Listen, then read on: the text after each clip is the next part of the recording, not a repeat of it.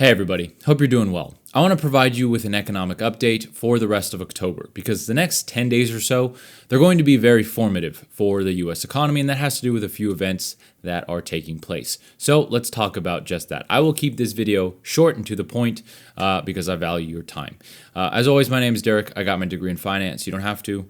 Let's talk about it. So over the next 10 days, three main things are happening. One of those is the CPI inflation report. This was actually supposed to come out on the 15th of this month, but because the government is still in a shutdown, that was delayed.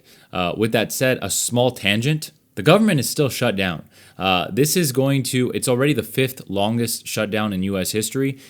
We're quickly approaching that 35-day mark, which would make it the longest in history. We'll have to wait and see what happens, but so far, no movement on reopening the government. Okay, so because of that, the CPI inflation report was delayed. Now, that CPI inflation report is going to be very important for the other event that's taking place this month, and that is the Federal Reserve meeting. The Federal Reserve meets for their second to last time this year. They have one more meeting after this. This takes place at the end of this month. Now, that CPI inflation report is going to be vital for the Federal Reserve when it comes to them making their interest rate decisions. Now, if you look at the CME Fed Watch tool, which I implore everybody to check out, it's very clear that the market thinks that the Federal Reserve is going to cut their FFR. I am in agreement. There is almost no scenario except an insane CPI inflation report where the Federal Reserve doesn't cut their FFR. This has to do with the fact that the jobs market right now is the main problem. It is very clear. It is very clear that the jobs market is not strong. It is not in a good place right now. And while the firings haven't really upticked too bad, hirings are really low. So if you don't have a job right now, if you're fresh out of college, if you're looking for a new job, it's a tough job market. So if you have a job, hold on to it. Right now, it's not the time to job hop. So because of that, the FFR is most likely going to be cut. And then if you look at the CME Fed Watch tool for the next meeting, this just basically tracks the likelihood of an FFR cut according to the broad market. It's very clear that they're going to cut then as well, and I'm in agreement there. It's very clear that the jobs market is what's suffering. So that CPI inflation report is either going to solidify this and basically make it guaranteed that they're going to cut their FFR, or if this CPI inflation report was horrible, then maybe, in a wild scenario, they delay. With that said, what I'm more concerned about with this CPI inflation report is that it's bad, but it's not bad enough for them to not cut interest rates. Because then, remember, every time they cut interest rates, that is inflationary. So if you have a bad CPI inflation report, but you have to cut rates because of the jobs market, we are entering stagflation territory. And I've been saying that we're close to stagflation for many months now, and I still think that's true.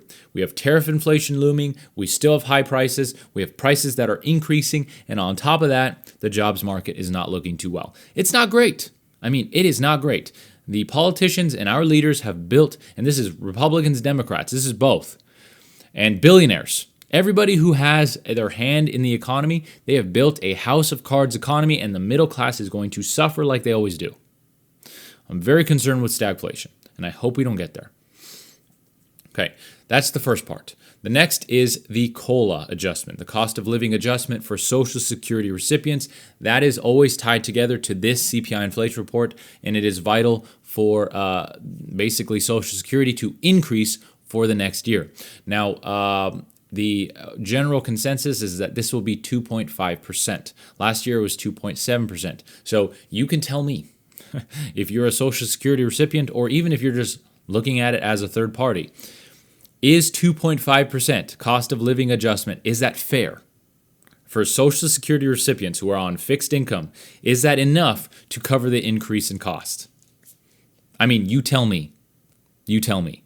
2.5%? You tell me. I don't think so.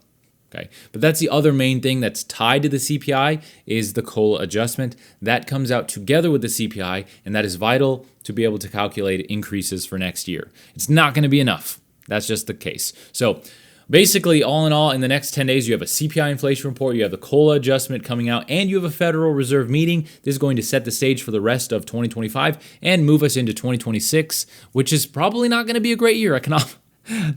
I don't remember the last time I've said this next year is going to be a great economic year. I don't remember the last time I said that, because so far, basically since 2020, we have just been getting hammered economically, either with inflation, either with jobs. And the data was, oh, the jobs market is good, and then you have a ton of adjustments by the BLS.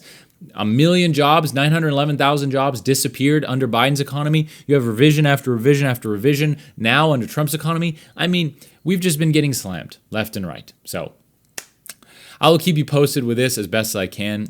If you like personal finance, world economics, investing, you're in the right place. If this video was informative, short and to the point, please consider subscribing. It helps the channel tremendously. It's difficult to grow here on YouTube, but I love sharing this stuff, and I want to grow this channel so I can share it with more people. So if this was informative, it means the world to me. Every subscription matters to me. Please consider doing so. With that said, I will see you in the next video. Usually they're weekly, but lately they have been much more because we are living in a crazy economic world. With that said, hope you have a fantastic rest of your day, and I'll see you in the next one. Take care.